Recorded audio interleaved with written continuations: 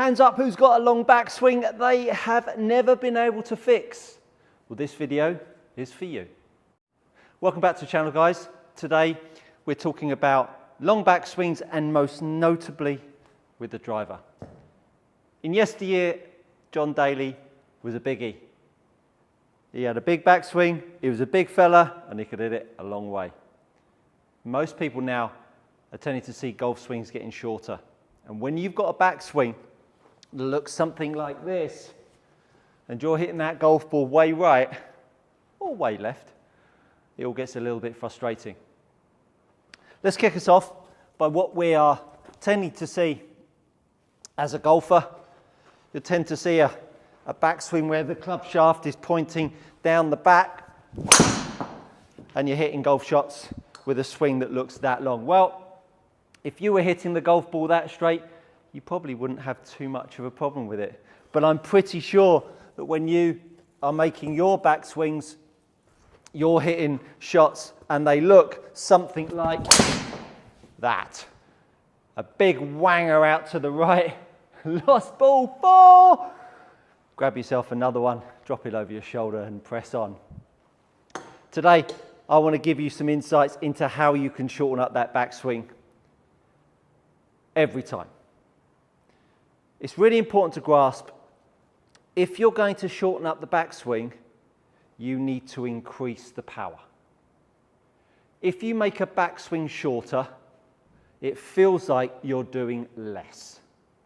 And if you feel like you're doing less and you want the golf ball to go further, why the hell would you make a shorter backswing? And I always give this analogy, that if you were standing on the first tee of St Andrews and it's -2, you got the wind into your face, and the advice you've been given, just make a shorter backswing, just feel like you've made half a backswing. Would you do it? By Christ not.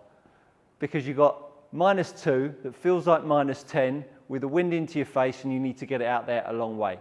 You need to, as a golfer, feel like you're making as big a backswing as possible and yet the ball is going a long way. Let's break down and understand why long backswings come about. I'm going to peg one up. And invariably, and again, slightly sweeping statement, but invariably you see guys and girls with long backswings that are slices of the golf ball. This shot right in front of us. I've hit down on it 1 degree, which isn't the end of the world. Many a good player in the world is hitting down a degree or 2, but the face to path value at 14.8 is the big whammy. When you make a long backswing and the club head is down touching your left ankle, because the club has gone back further, it gives you more time to widen the arc and square the club face. If you make the backswing shorter and you pull the club handle harder, which means at the top of the backswing, every golfer, whether they like it or not, they pull the golf club, which you absolutely should do. When you pull on the handle should out-accelerate the head initially. Now, if you're someone with a club face that's coming back to the golf ball open, when you make a backswing that's shorter and then you still pull on the handle hard, you're going to make your problem even worse. You're going to hit more down and you're going to leave the face more open. Because as you pull harder, the face gets left behind more, and as I say, it delivers an open club face. So as soon as you get someone to try to swing the golf club shorter, they immediately hit the ball further offline. And then you have to convince the client or the golfer, just keep practicing it, just keep feeling a shorter backswing, but you feel like you've got no power. We need to put some power in to make you feel that if you did make a shorter arm swing, you'd still be able to hit it as far. So I've got a few thoughts here that are really going to help you. First of all, check your grip out. The easiest way to stop the slice is to sort your grip out. Check my grip series videos and get the grip in a place that will facilitate a face coming back closed to your face to path.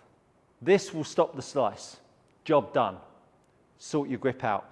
And I get many, many people, they're getting more and more, message me directly to ask about the grip. I think my grip's okay, but I'm still seeing bend right. Well, let me tell you, just keep going with the grip. So we're going to make the grip stronger. As I say, check out my grip series video. Then what we're going to get you to do is we're going to get you to make some swings, and we're going to hover the golf club above the golf ball. You're going to swing the club to the left, then you're going to swing the club back, and you're going to swing the club back so it points away from you, almost like it points away from you at 4 o'clock on the clock face, 8 o'clock on the clock face, as you're looking at me. So there's 8 o'clock, and then you're going to pull it. So you're going to go forwards, 8 o'clock, and pull. And as you pull, you'll start to load the shaft. We need to start to train you to pull the handle a bit harder, rather than when you overswing, golfers tend to start pushing the head. So as we start to go forwards, back, pull, we see the club load. As the club loads, it's now got an opportunity to have more swing and more energy at the bottom. You start to change your mechanics of your levers.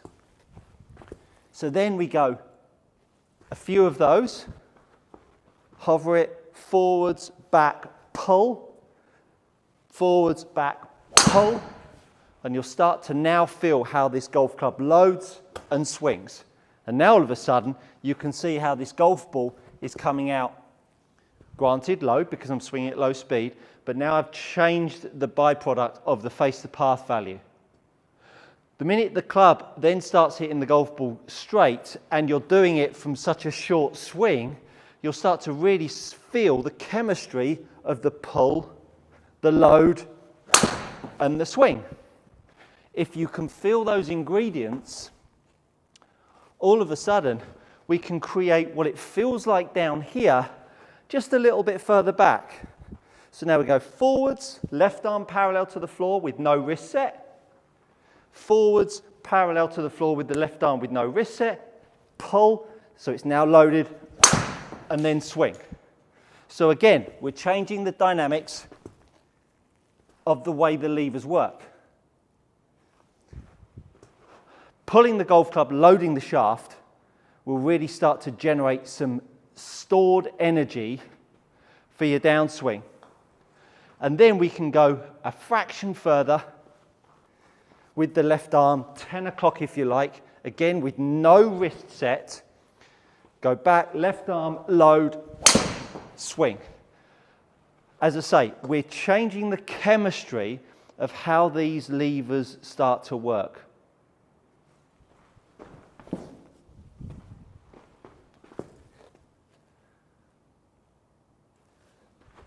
Therefore, if you can now appreciate that taking away the set gives you a chance to pull it and load it harder, but when you do such a thing, the ball doesn't go out to the right, you've changed the ingredient that keeps the face open, the hold. Then you've changed the way your levers work to deliver more load in the downswing and swing at strike. Now all of a sudden it feels like when you're making backswings, the backswings are starting to facilitate what you're going to do in your downswing. You look at most golf swings in the world, they go wide to narrow, not loads of set narrow to wide. Two very different dynamics in a golf swing. So feel like you're making as little set going back, then you can feel like you can load it on the way down, which will make you start to feel you can hit the golf ball harder through strike. Hopefully, 3 degrees up and a little bit of closed face to path is something that you would want to see with a shorter backswing. Hopefully you've enjoyed this video. That, my friends, is good coaching. Check out all of my other videos for more insights on your golf swing that will make you play better. See you next time.